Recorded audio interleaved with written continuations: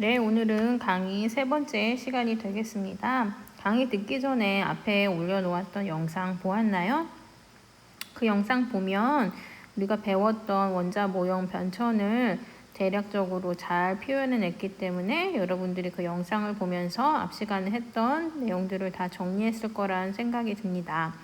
그래도 간단히 설명을 하자면 원자가 어떻게 생겼는지 그 모형을 주장한 과학자들이 있었는데 그 원자 모형이 변천을 했다고 했죠. 이유는 이제 과학이 발달하면서 실험을 했더니 먼저 번에 주장했던 과학자의 이론이 설명이 안 되는 그런 현상들이 발견이 됐고 그로 인해서 이제 원자의 모형이 자꾸 수정되는 과정을 거쳤던 거죠. 그래서 처음으로 이제 물질은 더 이상 쪼개지지 않는 원자로 이루어져 있다 하면서 공 모형을 발표했던 과학자 이름이 누구였어요? 네, 돌턴이었죠. 그렇죠?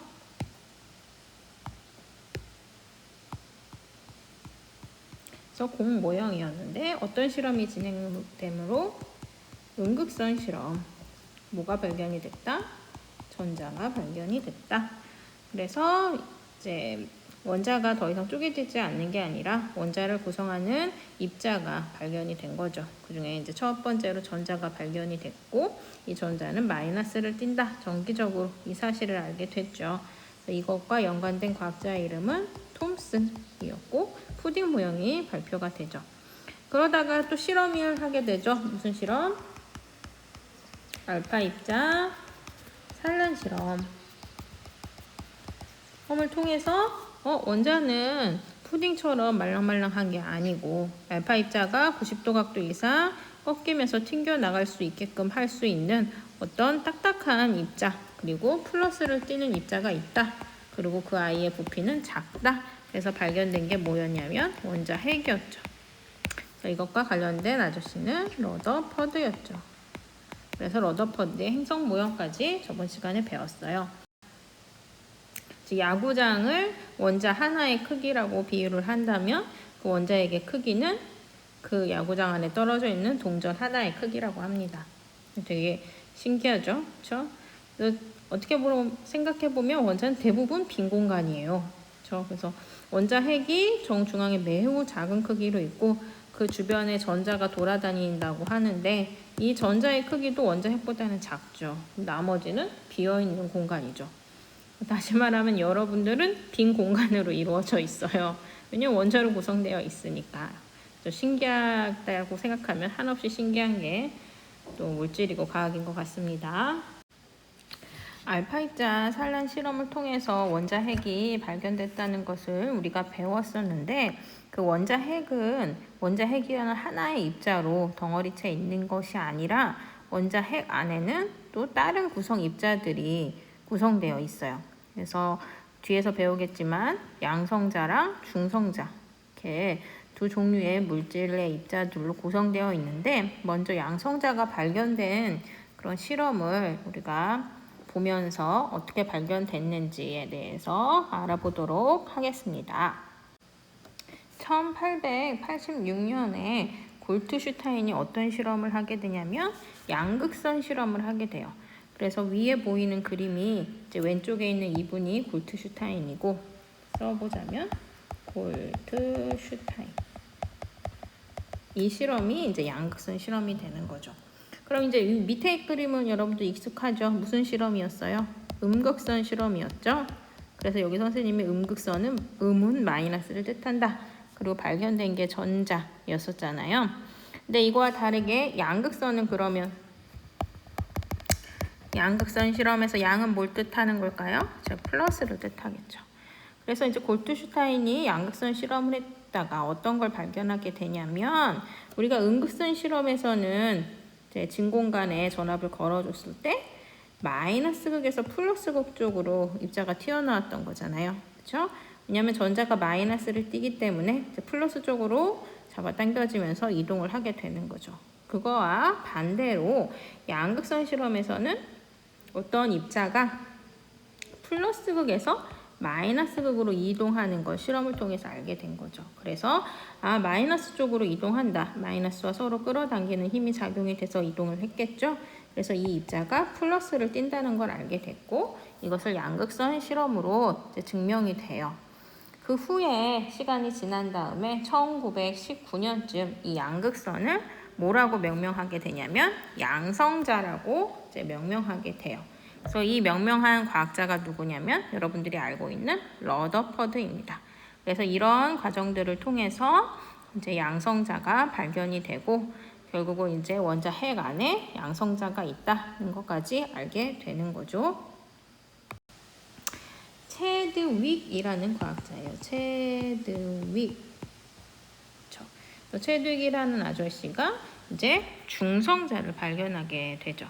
그래서 중성이라는 말 선생님이 예전에 저번 시간에 사용을 했었는데 전기적으로 중성이다. 이 의미는 전기를 띠지 않는다. 다시 말하면 전하를 띠지 않는다는 소리예요. 이 체드윅이 어떤 실험을 했냐면 베릴륨 원자 핵에 베릴륨의 원자 핵이 뭐 전체적으로 플러스를 뭐 띄고 있겠죠. 이 원자 핵의 알파 입자, 여러분 알파 입자 대충 알죠? 플러스를 띄고 질량을 갖고 있는 딱딱한, 그렇죠? 얘를 크게 충돌을 시켰어요. 충돌을 시켰더니 원자 핵에서, 즉 원자 핵이 하나의 입자로 이루어졌던 게 아니고 그 안에서 어떤 아무런 전기적 성질을 띠지 않는 입자가 튕겨나왔던 거예요.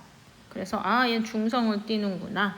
그래서 중성자라고 명을 하게 되는 거죠.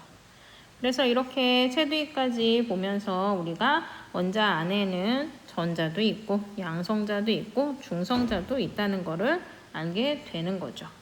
그래서 이 각각의 입자에 대해서 설명을 해보면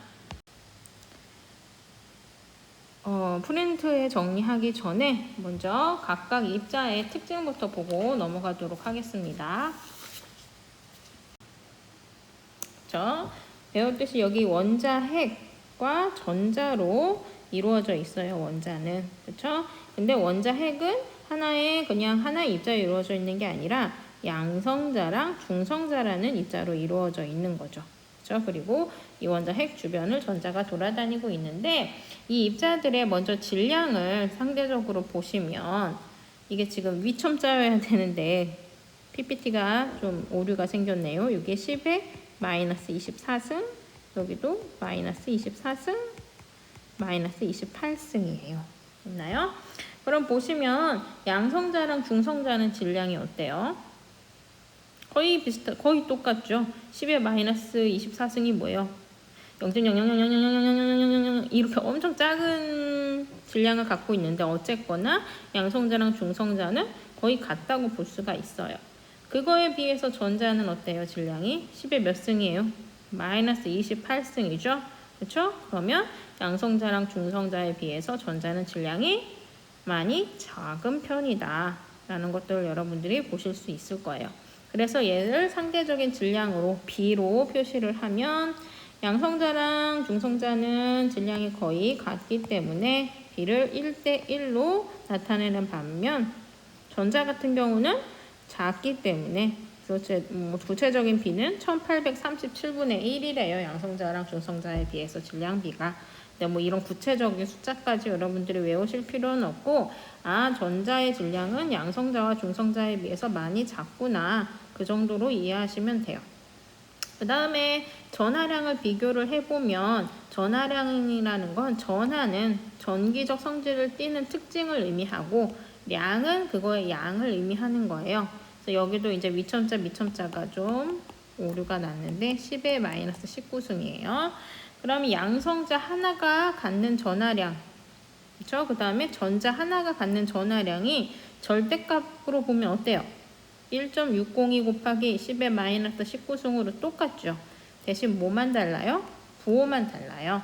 그래서 양성자 하나가 갖는 플러스 전하량과 전자 하나가 갖는 마이너스 전하량은 절대값이 같고 부호만 다르기 때문에 상대적인 전하비가 플러스 1, 마이너스 1이 되는 거고 중성자 같은 경우는 전기를 띠지 않죠. 그러니까 전하량이 없죠. 그래서 0이 되는 것입니다. 지금까지 한 것들을 프린트에다가 정리를 해보면 4번의 양성자의 발견부터 볼게요. 양극선을 발견한 과학자가 누구였을까요? 네, 골트, 슈, 예, 골트슈타인.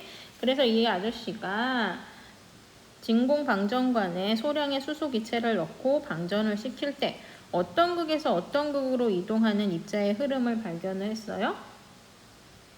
저 플러스 극에서 마이너스 극으로 이동하는 입자의 흐름을 발견하면서 플러스를 띠는 그런 선을 발견을 했던 거죠. 양극선을. 그렇죠? 그래서 그 뒤에 이 양극선을 양성자라고 판명한 과학자는 누구였어요? 러더 퍼드가 되겠습니다. 그리고 마지막으로 발견된 게 이제 중성자인데 이 중성자랑 관련돼 있던 과학자는 체드윅이었죠. 그래서 아까 설명드렸듯이 베릴륨 원자핵에 알파 입자를 충돌했을 때 전기를 띠지 않는 전하를 띠지 않는 입자가 방충되는 것을 발견했고 이것이 원자핵 속에 중성자가 있다라고 정리하는 계기가 되는 거죠. 그러면 이제 교과서에 있는 확인 1번을 풀어보시면 원자를 구성하는 입자가 발견된 순서를 써보라고 하네요. 처음에 누가 발견이 됐어요? 전자가 발견이 됐죠? 그 다음에 누가 발견이 됐을까요? 그렇죠. 양성자가 발견이 되죠. 그리고 마지막으로 중성자가 발견이 되죠. 그래서 원자의 대체적인 구조는 밝혀졌어요. 이 뒤에 우리가 또 현대 원자 모형을 배우면서 또 이 전자의 움직임에 대해서 더 깊게 들어가긴 할 텐데 그 전에 좀 다른 개념들을 배우고 넘어가도록 합시다.